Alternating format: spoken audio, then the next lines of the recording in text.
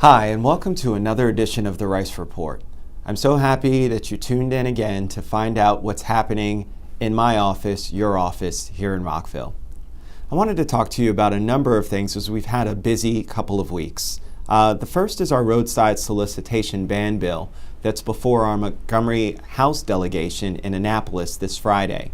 And I did want to let you know that the council remains committed to make sure that we are protecting the safety of all of our residents that are in intersections, whether they are panhandlers or whether they are solicitors or whether they are people that are simply fundraising.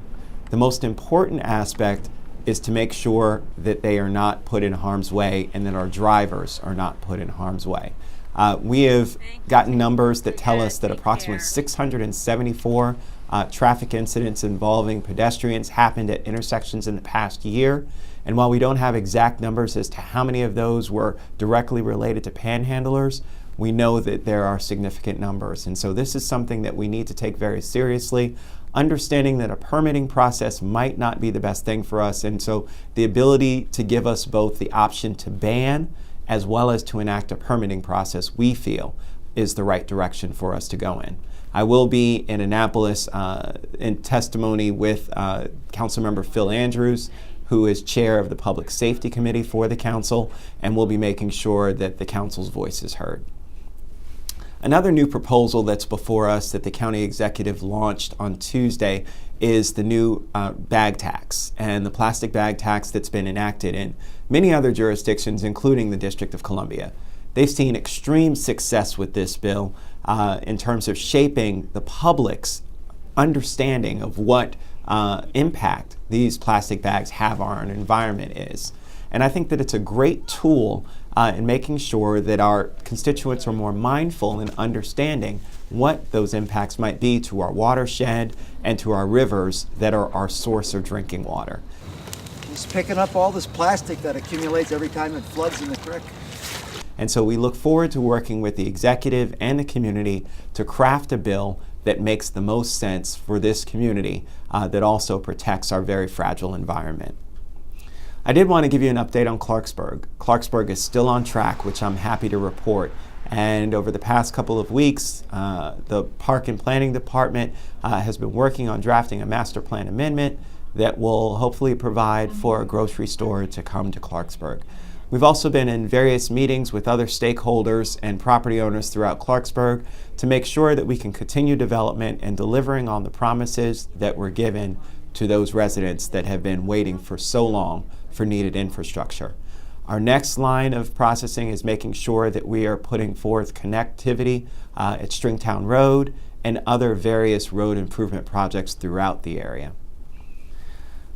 On Tuesday, we also passed a zoning text amendment that I was co-sponsor of along with Councilmember Mark Elrich, and this dealt with prohibiting airstrips in the agricultural reserve.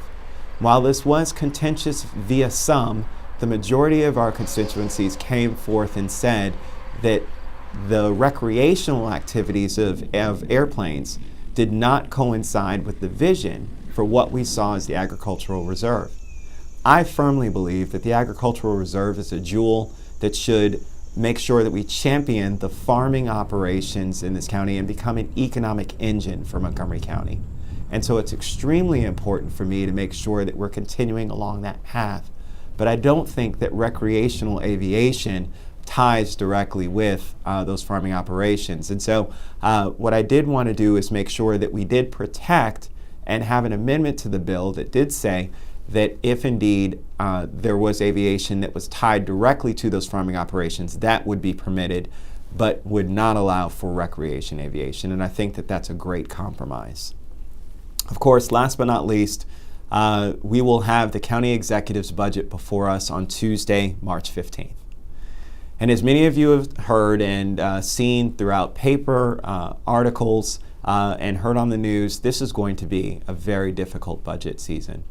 There are a lot of challenges that we face in protecting the way of life we love here in Montgomery County and making sure that we're delivering on the services to those residents who cannot fend for themselves.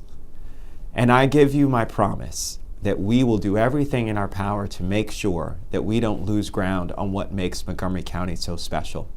Once we have the budget before us, I encourage you to contact me not only at my office, but via my Facebook page and via email to let me know what your thoughts are and where you think we need to go with this budget. It's going to be extremely difficult and we have difficult decisions before us.